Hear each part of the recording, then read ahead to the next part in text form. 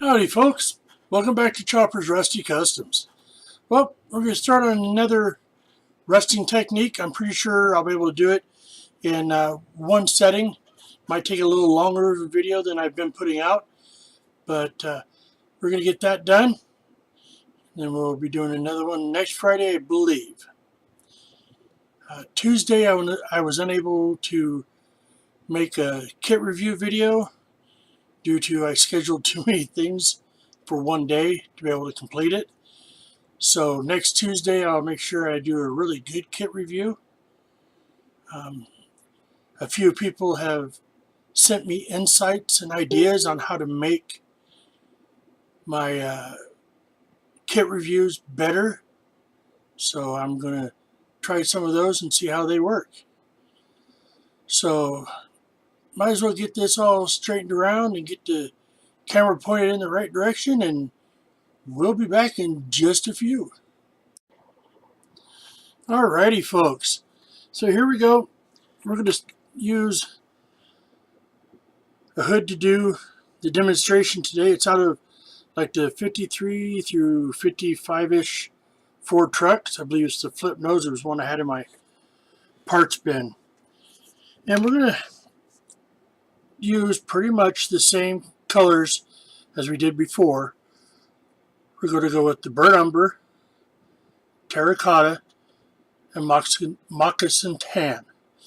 Now, just for adding some color to it, and this is kind of the reason I use this style, you're going to want to have a little bit of what could have been the original color on the model or on the car, however you want to look at it.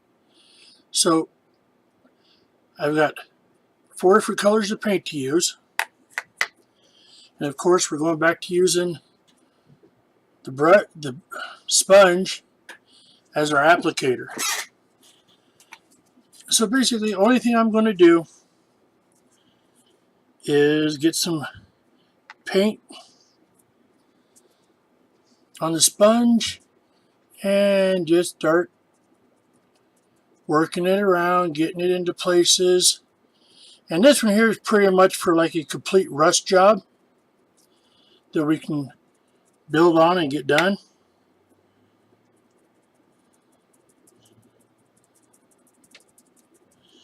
Now, there's something else I use to help me out during doing this kind of a rust job, because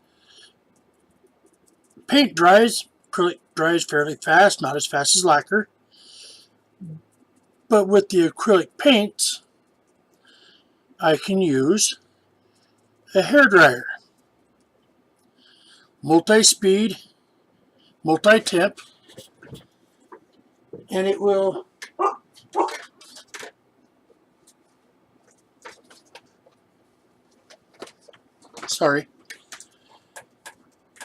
just an everyday hairdryer, multi-temps, multi-speeds, and you can dry the paint on here really quick. So you can go through and make another layer here and there, how we want it to look.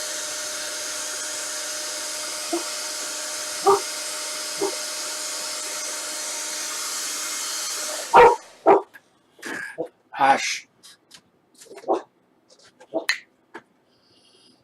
So now you've got the burnt umber all over it, different little patterns. Now there's little spots where you can see actual plastic through it. After we get going, you won't even see those no more. So I was telling you I use a sponge and then I go through, clip the chunk of sponge off that I don't want no more, throw it away, and then we can move right on to our next color. So now, this is where it kind of becomes your thing. I'm going to show you my style and how I do it. From here, you can take off and do it however you want to. That's the thing about rust, and I keep saying this, there's no correct or incorrect way to do it. So, now that I'm going to go into the terracotta, and I'm going to try and use it in places that I figure there's going to be a lot of rust. And the terracotta is kind of like a newer rust look, you know. And you don't have to go too crazy with it, you know, unless that's what you're feeling at the time. You know, there's going to be rust all over the place. You know, kind of thinking on, you know, how would that look? How would the vehicles in my area look that's rusted? You know, if you see it where the rust is actually starts up down low, is darker, and then goes up to a light, go with that. If you see cars and trucks in your area that's darker on the top and works itself down to the bottom into a lighter color, that's another good way you can do it. So the biggest thing I could tell y'all about rusting, Google's your friend. Google, let's say you're doing this 53 Ford, I'll call it. Look up on Google, 53 Ford truck, rusty. And you will get a load of pictures showing you how they look and stuff. And then just stopping and looking as you go through town, outside of town, wherever you happen to go, you'll find rusty vehicles and you can kind of tell what they're doing in your area. So there's the terracotta added on. Kind of a newish rust look. Then once again, I'll go back over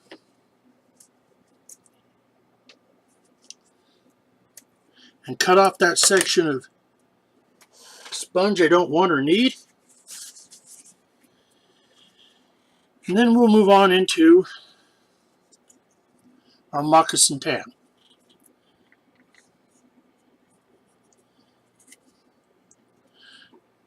And just like before, we'll just kind of put it where we like it, how we think it should look, you know. Now, I'm going to be honest with you. I'm not the best ruster in the world. I've only been trying this and working on this for about a year now. So I've still got a lot to learn. And I guarantee you there's people out there that are tons better than what I will ever be in the amount of time that I'll be able to build in my lifetime.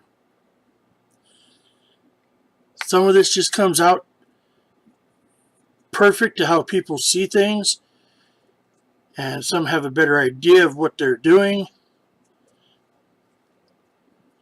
But I'm not going to say I'm the worst out there either. I like what I do. It seems that a lot of other people like how I rust stuff up. So that makes it even that much better. So now we've went through, and you can see where the wetness is.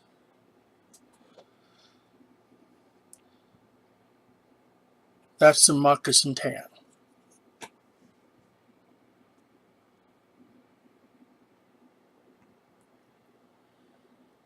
So we're getting our rust effect, we're getting our rust looks. So now I'm going to take a second and dry this real quick so we can move on to the last step. Sorry about all the noise, but trying to do this in one day, you have to kind of cheat just a little bit.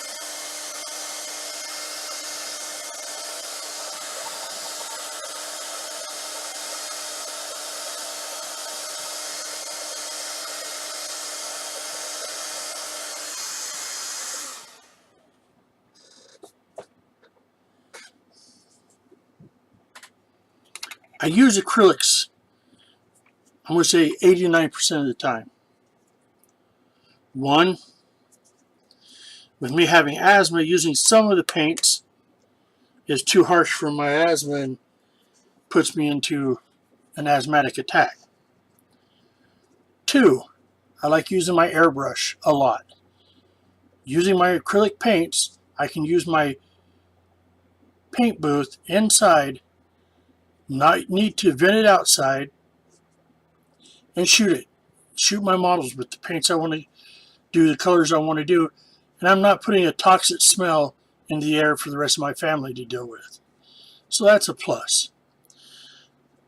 Another plus for using acrylic paints, see all this work I put into this?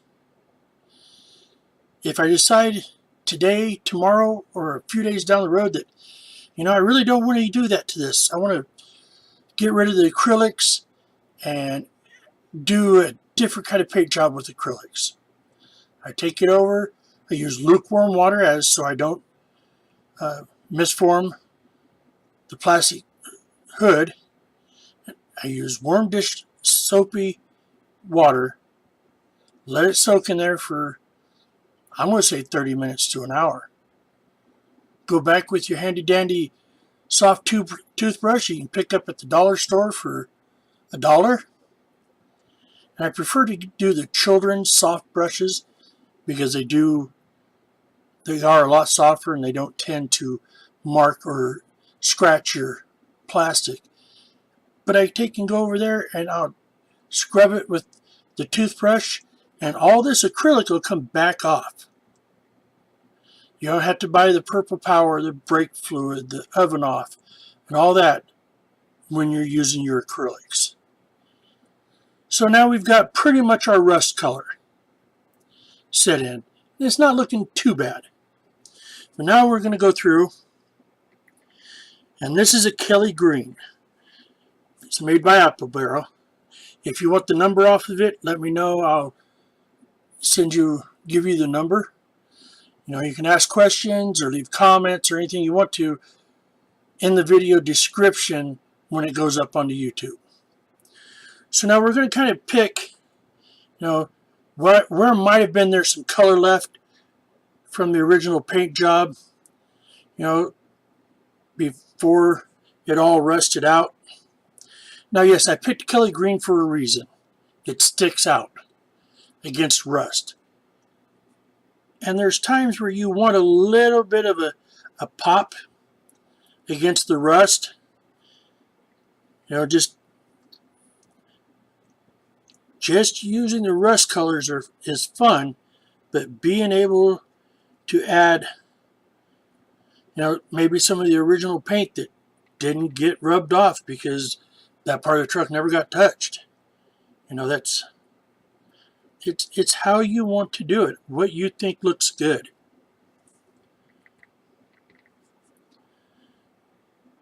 But while I'm thinking about it too, another little thing you have to think about with using acrylics.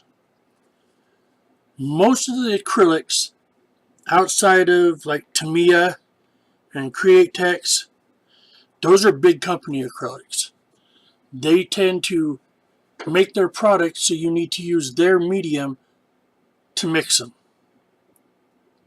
So therefore, it takes longer for the acrylic of those styles to dry, but once they're dry, they're set. With the Apple Barrel and the rest of the craft paints, like you get from Walmart, Hobby Lobby, or Michael's, you can mix those with water to thin them out. Summertime window washer fluid for your vehicle. And those, when they dry, they're pretty well set, but water will bring them back to life and or remove them, like I was saying earlier. So there's my Kelly green put on there.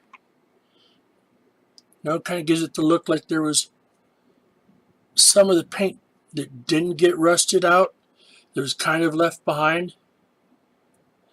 Now, if I was going to keep this and use this on a model that I'm building or getting ready to build, myself, I use Future Floor Polish. I put it in my airbrush and I'll spray it on there depending on if I want a dull, semi-gloss, or gloss coverage. Each one you can do with the Future, floor polish. It's the fact of how much you use. If you want it dull, it's a real light layer. Make sure you cover everywhere, but a real light layer, just enough to protect what you've done. If you want a satin effect, or semi-gloss, however you want to call it, you do a little bit more than that, but not enough to like really drench it. And then if you want a gloss, you're going to do the same thing, but you're going to do a real light layer to seal it down, let that dry good. Do a medium heavy layer, let that set down and dry real good. And then you can take your Future and put a real nice heavy thick coat on there and let it dry. Now Future 4 polish has a chemical in it that makes it self-leveling. So if you go too crazy with it and you set your piece down and want to wait for it to dry, if there's too much Future, it will run off the rounded areas and it will run down the side of whatever you're doing, and it'll either puddle up along the sides or you'll get streaks of it built up. So, play with it, see how you need to use it, see how it works for you. So, in a wrap-up of what I've showed you today, we used our dark umber, our terracotta, our moccasin tan, and then Kelly green. Took me about 15 minutes to do this, along with talking and stuff. And a whole cart, I'm going to say 20, maybe 30 minutes. But it's all up to you how you want it to look, how much texture, everything else. So to try and keep this video a little short, I'm going to get on out of here, get ready to enjoy the weekend. I hope you all have a great St. Patrick's Day. Love corned beef and cabbage. But on another note, hope you all have a great weekend. Hopefully we see you Tuesday, and we'll probably see you next Friday if everything goes right. Until then, rust in peace.